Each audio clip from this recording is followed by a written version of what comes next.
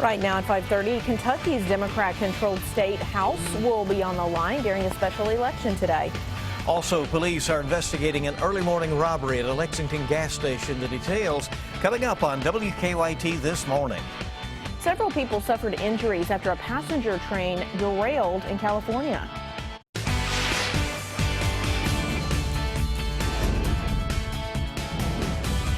This is WKYT This Morning.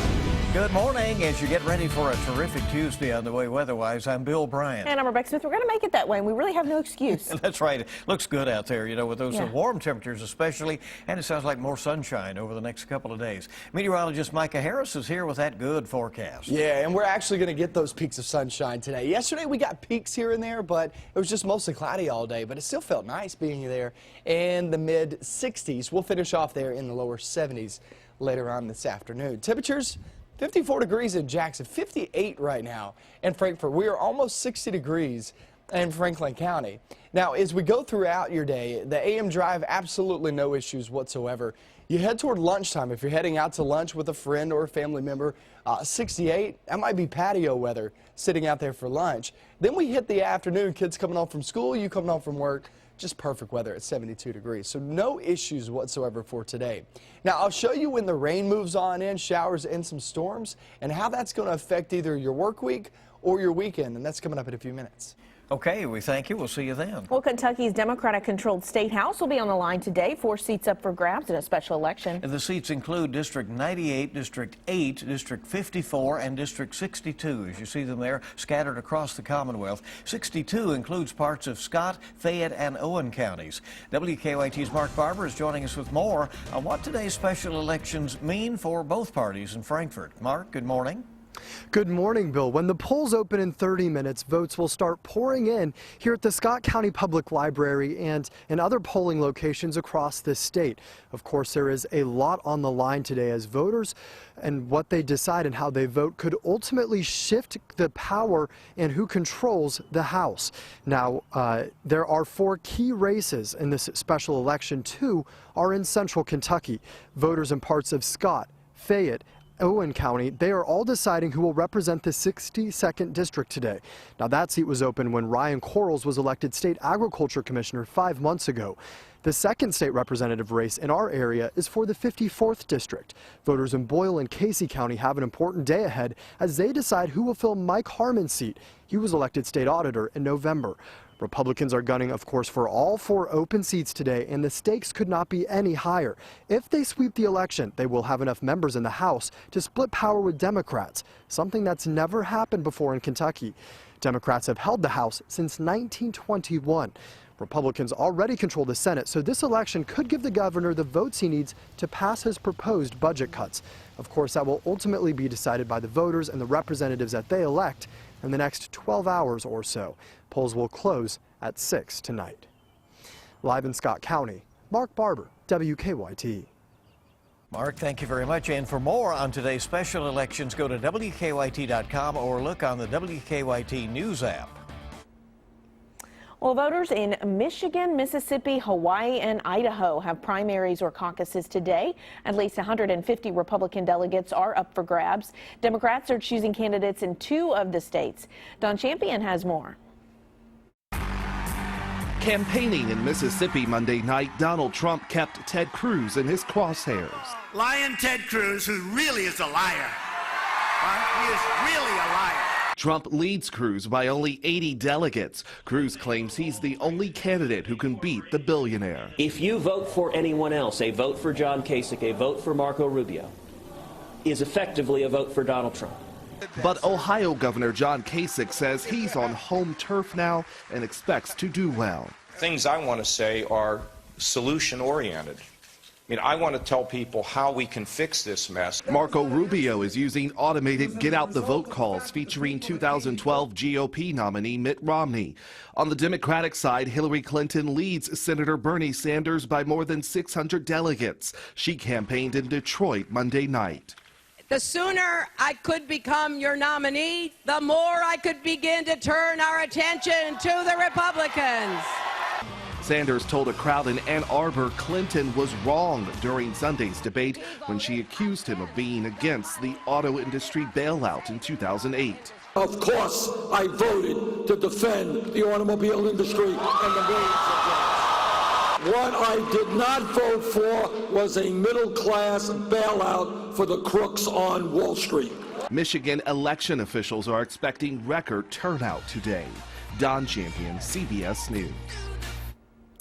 Michigan will be the big prize for both sides today, with 59 Republican delegates up for grabs. 130 Democratic delegates are on the line. The polls in Michigan close tonight at 8. And we've learned this morning that an arrest has been made in connection with a Lexington burglary case. We also know that this is not the first time the homeowner's been a victim of a burglary. WKYT's Mike Byer is live at Lexington Police Headquarters with new information. We've dug up on the arrest. A home on Marcellus Drive was broken into twice in February, and Lexington police believe they have the person responsible for the first break-in. Now police have arrested 26-year-old Justin Hunter. They say he broke into the home on Marcellus Drive back in early February through a window of the home and stole the homeowner's purse. Now, she was not home at the time. Police say what led them to Hunter was surveillance footage from a speedway on New Circle Road. That's where police say Hunter used the woman's credit card, spending hundreds of dollars at the gas station. Now, police have charged Hunter with burglary. Now, as I mentioned earlier, the home was broken into twice in February. During the second break-in, the homeowner said the suspect had a gun and a mask on his face, so she couldn't quite make out his description. However, police are piecing together evidence to see if Hunter was the one who broke in late February as well. Live in Lexington, Mike Byer, WKYT. Mike, thank you. And new this morning, police are investigating an overnight armed robbery at a Lexington gas station. Police say it happened about 3 o'clock this morning at the Speedway on Versailles Road. They say a masked man came into the store with a gun and demanded money. They say the clerk did hand over some cash and the suspect took off behind the store. No injuries are reported there. A canine unit was called in to search for the suspect, but police have not been able to find him. Also new this morning, a bicyclist in Pulaski County had to be airlifted to the hospital after deputies say someone hit him and just took off. Happened last night after 7 o'clock, approximately 15 miles east of Somerset on the Hal Rogers Parkway. Investigators say 23-year-old Terrell Harden of Tennessee was riding his bicycle eastbound when a vehicle struck him from behind. Deputies say Harden was treated on scene before being flown to the hospital. His condition is not known right now. Deputies say the driver who hit Harden did manage to get away. They say he's thought to be a Hispanic male driving a black Ford Ranger with front-end damage. The time this morning is 5:36 on WKYT. The Whitley County Sheriff's Office says a golden alert remains in effect this morning for a missing man. Deputies say the family of 48-year-old Joel Moses reported him missing around 2 o'clock yesterday afternoon. Shortly after that, they say Moses's car was found parked along Highway 25, but he was not inside. Moses's family says he requires medication and they fear for his safety.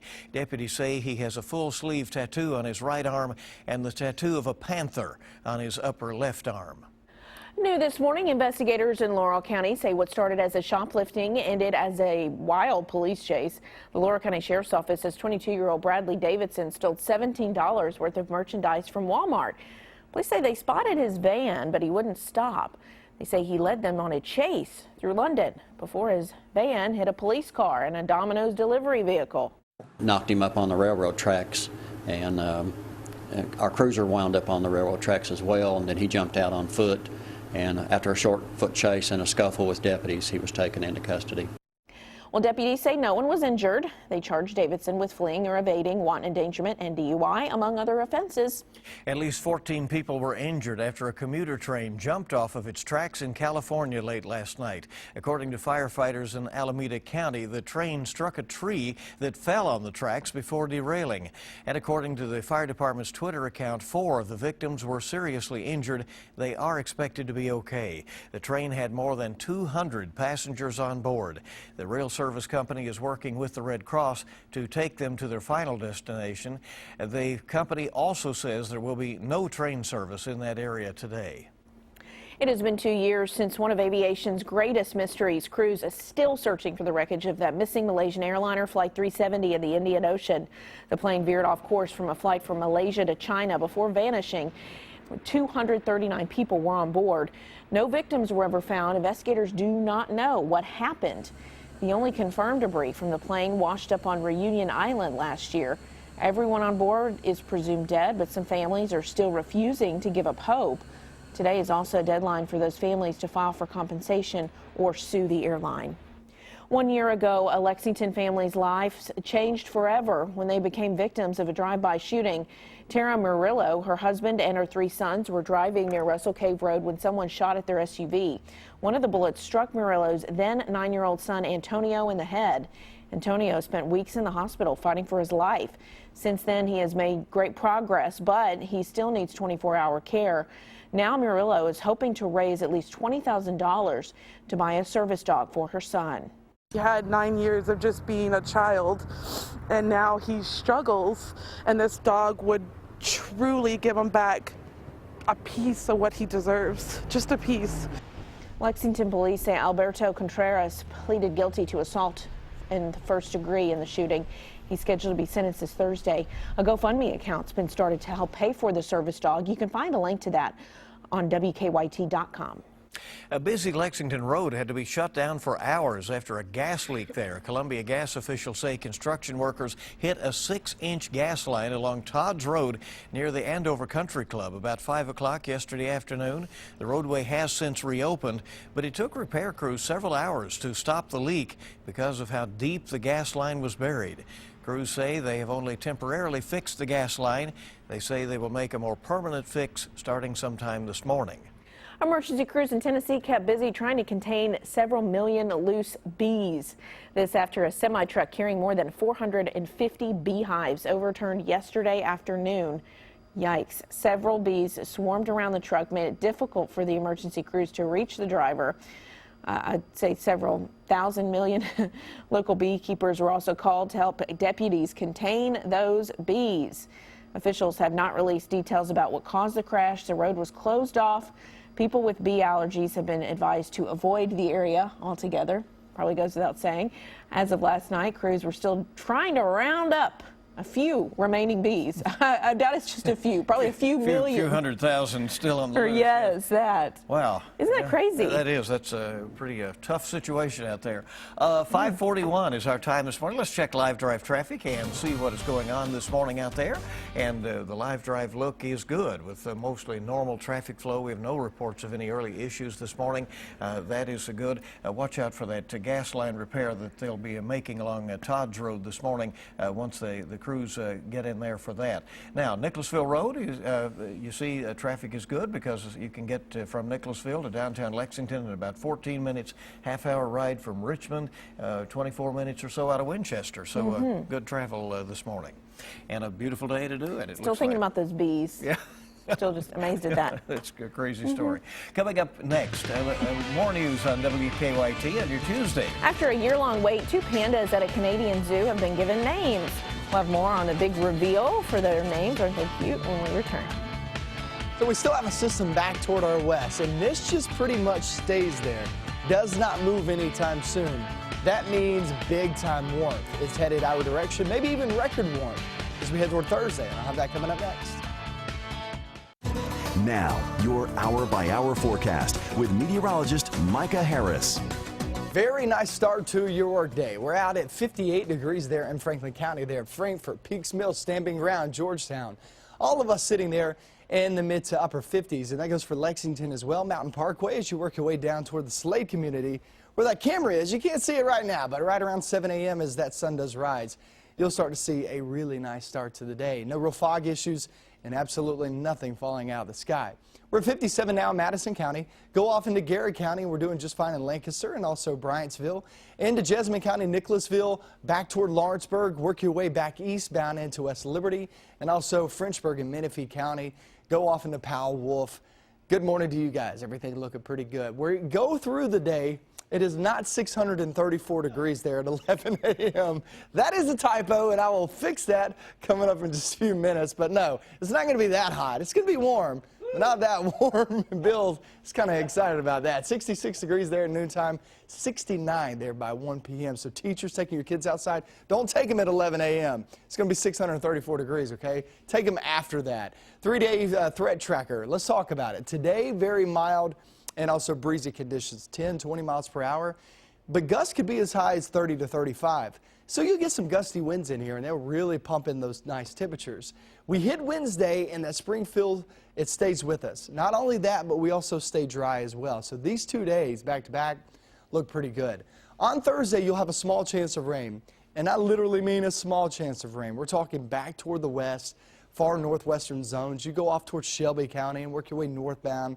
Frankfort, highly doubt you even get on some rain on Thursday. I mean, it's really far back toward the northwest. Southeastern zones, you have no chance of seeing rain on Thursday until Thursday night into Friday morning. But also a possible record. I mean, we're talking temperatures around 77 degrees. That's the record. That's our forecast and our 7-day at 77. We'll see how that turns out. If you're heading down to Nashville, big ball games going on with the SEC tournament. If you're traveling that way, remember the game's on Friday. But if you're traveling on Thursday, Thursday still looks pretty good.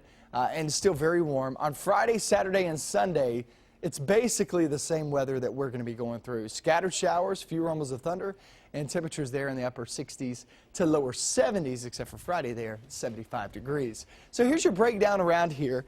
We're in the 70s next few days. The big picture here is, and the big talker will be that record warmth there on Thursday at 77. All 3 days, the next 3 days look really nice. I mean, they'll feel fantastic. You'll absolutely love it. Friday, we'll start to get some showers, a few rumbles of thunder. Saturday and Sunday is no doubt about it. Your best chance of rain in the forecast as that system slowly glides eastbound. Just kind of hovers over us there for the weekend. It's not a complete washout. It's very spotty. It'll be on and off.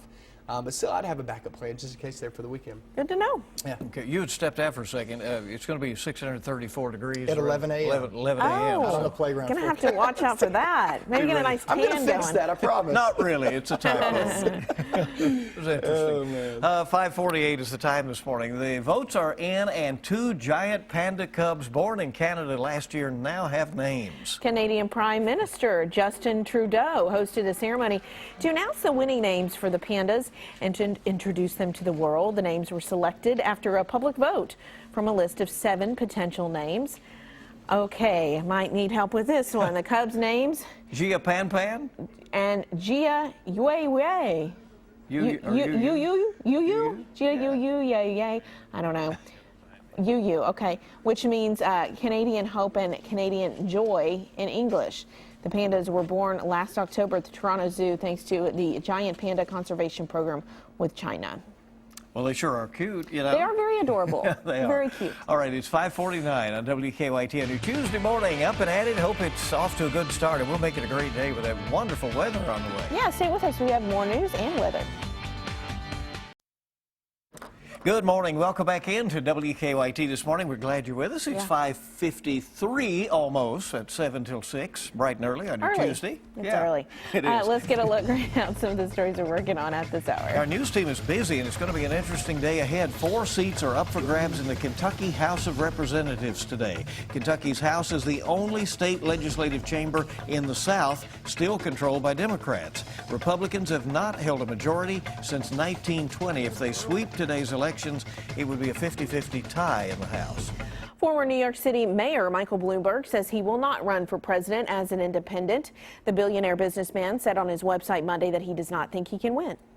Simple as that. Well, it was 2 years ago today that Malaysia Airlines Flight 370 disappeared without a trace on a flight from Kuala Lumpur to Beijing. And the search continues for wreckage. So far, only 1 confirmed piece of the plane has been recovered.